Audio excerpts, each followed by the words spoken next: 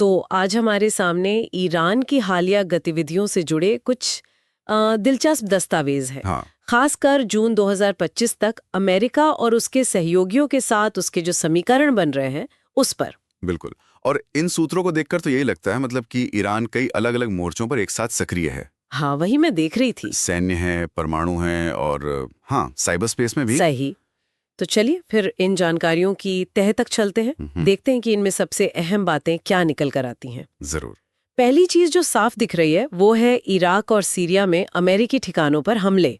ऐसा लगता है कि ईरान समर्थित गुट जैसे कताइब हिजबुल्ला वो ड्रोन और रॉकेट हमलों में तेजी ला रहे हैं। हाँ, ये रिपोर्ट्स आई हैं। और कुछ अमेरिकी सैनिकों के घायल होने और एक हेलीकॉप्टर को नुकसान पहुंचने की भी बात है।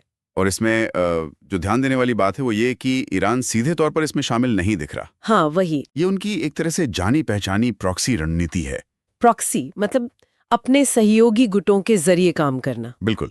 इससे वो सीधे टकराव से बच जाते हैं लेकिन अमेरिका पर दबाव भी बना रहता है। तो ये उनकी बड़ी रणनीति का हिस्सा है मध्य पूर्व में अमेरिकी असर कम करने के। लगता तो यही है। ये मध्य पूर्व से अमेरिकी उपस्थिति को चुनौती देने की उनकी कोशिश का हिस्सा लगता है। तो क्या ये प्रॉक्सी हमले वाकई अमेरिका को पीछे हटने पर मजबूर कर रहे हैं या ये सिर्फ एक तरह का मतलब लगातार दबाव बनाए रखने का तरीका है? देखिए, सूत्र तो यही बताते हैं कि ये हमले अमेरिका के लिए लगातार एक सिरदर्द तो बने हुए हैं। लेकिन अभी तक ऐसा कोई संकेत नहीं है कि इससे कोई बड़ी नीतिगत बदलाव आया हो। हाँ, ये ईरान को एक लचीलापन जरूर देता है। लचीलापन? किस तरह का? मतलब स्थिति के हिसाब से वो इन हमलों को कम या ज्यादा कर सकते हैं।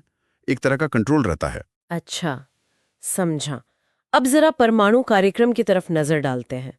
ये बात तो काफी चिंताजनक लग रही है। कौन सी? कि रिपोर्टों के अनुसार ईरान ने यूरेनियम को 90% तक संवर्धित कर लिया है। ओहो, 90%? हाँ, ये तो परमाणु हथियार बनाने के लिए जरूरी स्तर माना जाता है ना? बिल्कुल।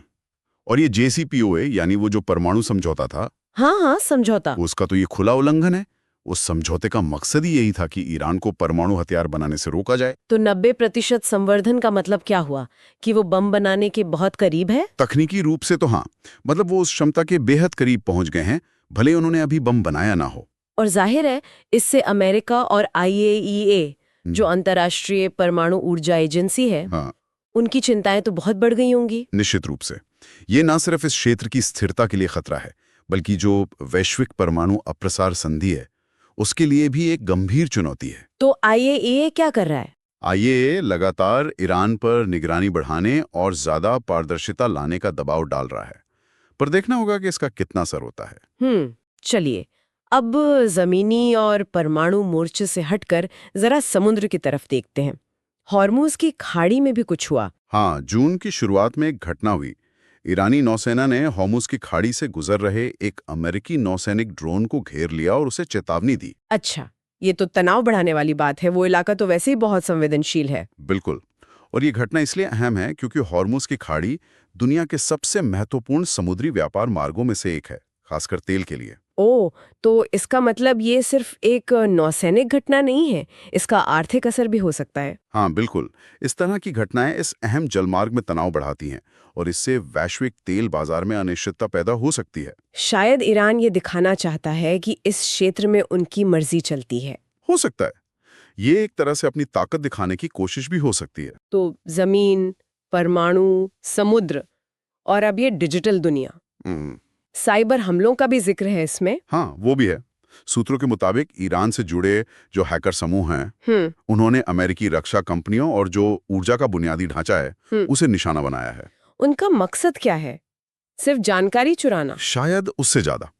मतलब जासूसी या डेटा चोरी तो है ही, पर महत्वपूर्ण सिस्टम में बाधा डालना भी एक मकसद हो सकता है। तो ये एक तरह का क्या कहते हैं, हाइब्रिड वॉरफेयर जैसा हुआ? सही कहा आपने। जहां पारंपरिक तरीकों के साथ साथ साइबर हमले भी इस्तेमाल हो रहे हैं। बिल्कुल। यह दिखाता है कि आज के दौर में टकराव कितने अलग अलग स्तरों पर लड़ा जा रहा है। साइबर हमले ईरान को बिना सीधे सैन्य कार्रवाई किए नुकसान पहुंचाने या दबाव बनाने का एक और जरिया देते हैं। ये उनकी बाकी गतिविधियों से जुड़ता है। हाँ, एक तरह से पूरक लगता है। और आखिर में लेबनान में हिजबुल्लाह के जरिए इजराइल पर दबाव बनाने की रणनीति, इसका भी जिक्र है। हाँ, वो भी एक अहम पहलू है। सूत्र बताते हैं कि ईरान हिजबुल्लाह को इजराइल के खिलाफ ज्यादा सक्रिय भूमिका निभाने के लिए प्रोत्साहित कर रहा है। ये फिर से वही प्रॉक्सी वाली बात हो गई। हाँ बिल्कुल, ये फिर से वही प्रॉक्सी रणनीति का उदाहरण है।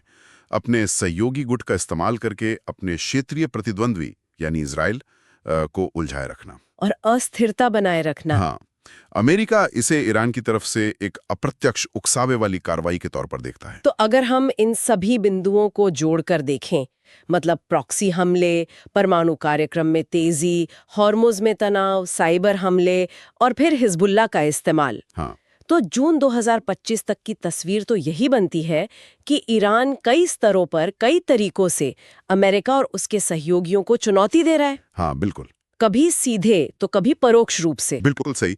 और ये सभी गतिविधियां, जैसा आपने कहा, देखने में भले ही अलग अलग लगें, लेकिन यहाँ सोचने वाली बात यह है, क्या ये सब किसी एक बड़ी सोची समझी रणनीति का हिस्सा है? हाँ, ये एक अहम सवाल है। क्या ईरान इन अलग अलग कदमों के जरिए कोई एक खास लक्ष्य हासिल करना चाहता है?